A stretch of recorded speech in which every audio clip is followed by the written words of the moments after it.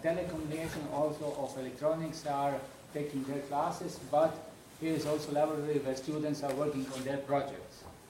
There are three kinds of projects: undergraduate project, master project, and research projects. So students, we invite students, especially in master degree or in the last year of a bachelor degree, to join our research group.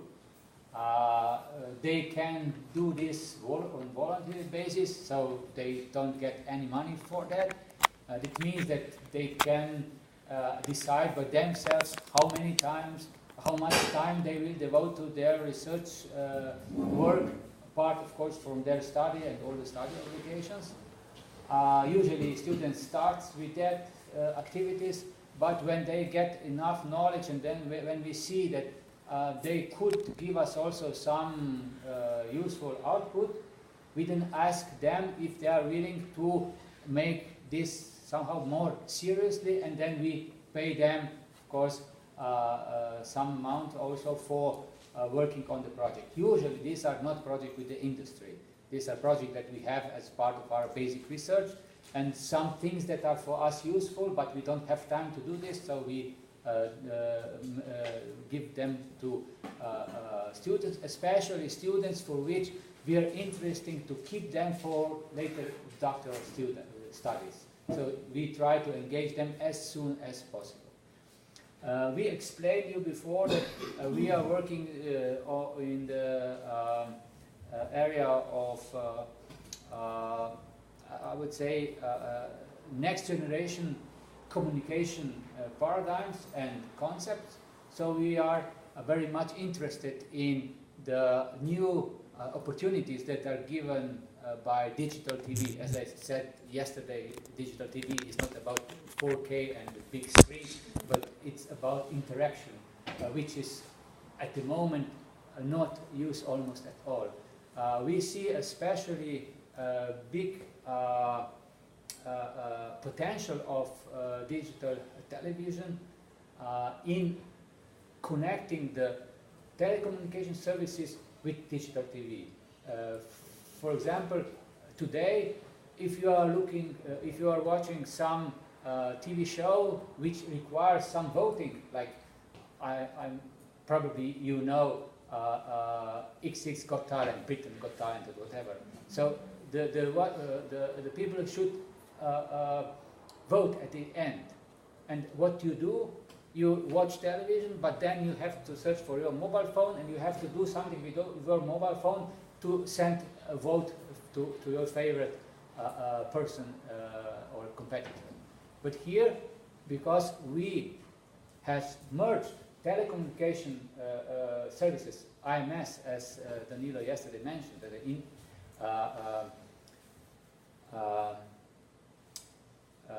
in IMS system, IP multimedia subsystem, sorry, yes, with TV, you have a possibility to make telephone call, to make telephone conference over TV. And of course, with that, you don't need any other communication equipment than TV and your remote control or whatever device with which you communicate. From that, you get a very enlarged possibilities to make interaction. And if you add to this also content processing, as Danilo also mentioned, that means that everything what is shown on a TV, what is being said on TV is being processed behind that. You can get a lot of information which is then used for creating new services. For example, you see some broadcast where they offer you some goods you can buy. And there is some telephone number. Today you have, again, take a telephone number and dial a number, but here you have possibilities that you have image processing in the background, and this number is recognized, so the TV knows that you could be interested to call this number, and it shows a telephone hand on this, near this number. So what is needed for you is just push one button on your remote, and you can initiate the telephone call, and so on. So there are a lot of we call them content-based, content-initiated services. Yes, because services are given to you according to the content. And it was also what mentioned yesterday by Danilo. If you look, for example, we have tomorrow final football match in League, Champions League. I don't know how interesting it is for you.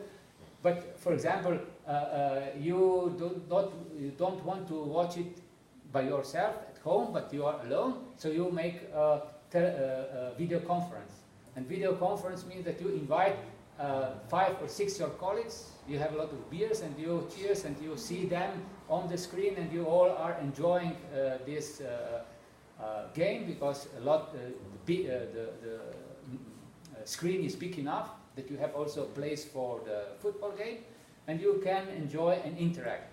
And this is one thing that gives you a new possibility of how to interactively watch some television information. But the idea behind is that you then can upgrade this experience by, again, content processing. So you are trying to enable, as Danilo also mentioned, enable the interaction with the content. And if, for example, Cristiano Ronaldo will score a goal tomorrow, you will be able to give him a like, or if somebody else will miss the 100% possibilities, you will be able to give them a dislike. So these are some sort of interaction, and you can also, by making signal processing, for example, in the cases where there are some very interesting action, you can extract pictures of players which were engaged and put them aside, and all the fellows in or all the group who are watching the same game can then express their feelings to these actors. And why is this important? We are always trying to see win-win-win-win situations, so win for everybody. By providing them such new services, we provide something which we think is added value for the users, end users. By setting up such contexts and such systems, we think that it is also something valuable for service providers, because they are providing to their customers something new, a new value added. But television is always complicated, because there is always a fight between broadcasting companies and service providers. Broadcasting companies, they claim, okay, we provide you content, so we are the most important. But the service providers say, yes, but we are providing 500 or 1,000 different TV stations, so what is 1 to 1,000? So we are the most important. But here, everybody is the most important. This is the idea, because also the service, the broadcaster or media companies are in this case only the, I would say, the transfer, or they are providing transfer of the event, like football match, to the end users. So the FIFA will say, no, we are the most important. Not you, you are just taking pictures what we are providing to you. So in this case, everybody has to get their shares. So in this case, for example, such a way of communication, of course, can result in the situation that also the broadcasting company has their benefits, because this, as I will explain later, also enables automatic generation of content, and of course also FIFA. Why? Because this interaction of end users with the content can be then collected, and at the end you know that if you see or watch the football match, you get the big statistics.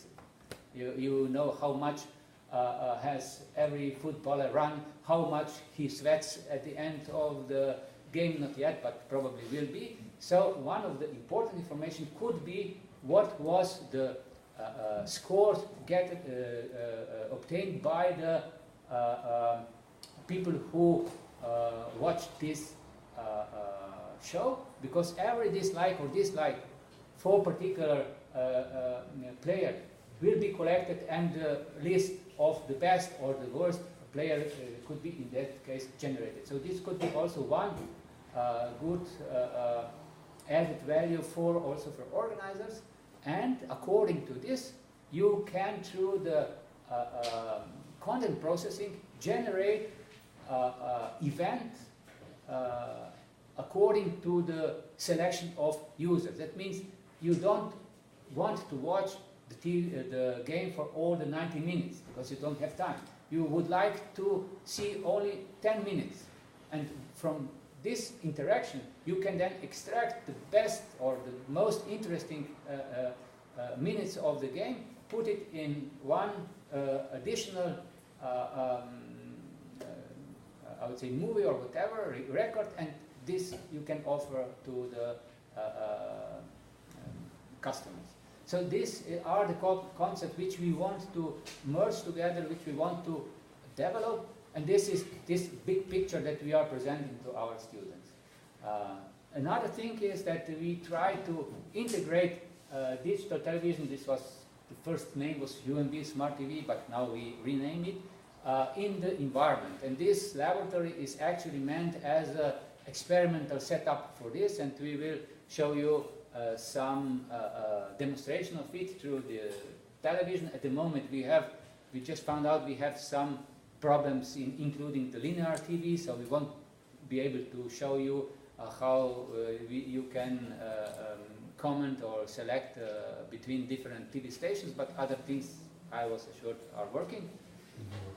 And of course, what we try to also integrate is user-friendly communication. As you know, Europe is getting older and older, and many people are not, old people are not familiar with computers, but they are familiar with TV. So TV could be one compensation for their communication needs in these situations, and therefore it has to enable user-friendly communication. Therefore we integrated also a system for automatic speech recognition in Slovenian language and a system of text synthesis system. And we also, as Danilo mentioned, we integrated the so-called TV assistants, which is EVA. Its name that means embedded virtual avatar. From that it comes EVA, and which will actually make this interaction with the students, with the users. And the idea is that within this concept, and this is also what students are developing, you would be able to provide the so-called smart screens, which means there will be information collected for particular interest of the user. For example, you will have a screen which is devoted to your health. You will have all the numbers of your doctors, all the possible information that's interesting for your disease, which will be currently updated and searched from the internet. Or if you are a good cook or you like to eat food, you will have a special screen which there will be all information very systematically collected. Also, the idea is to collect this with your refrigerator, and we are working on a project where you will have insight in the food collection that you have anytime, and when you will select, okay, I would like to eat tomorrow this and this, the recipe will be automatically checked and see what is missing and send an SMS to you what you should buy and so on. So these are, I would say, stories for our students which motivate them, and then we select particular small projects which are then used for them, as I said, either in the during the courses or as master or bachelor degrees. Can I ask you something? Yes, of course. You're using these on smart TVs. Yes. Yeah? What are you doing about data protection? This is experimental. Okay. So far we did not yet come to this issue, but very important issue, thank you. Yes. So Danilo, now I hope I did not make too much introduction, so please. So I have here a wireless microphone, and one of the features I will now demonstrate is how to how to communicate with the television with speech. So this technology isn't 100%, so maybe I will have to speak some commands twice. So this is not intended to be as a commercial system, but as an experimental system, and all the technology is made in our laboratory. So the speech recognition system, speech synthesis, everything is ours, by help of our young researchers or by students. I will now try to go to environment section and try to dim the lights. And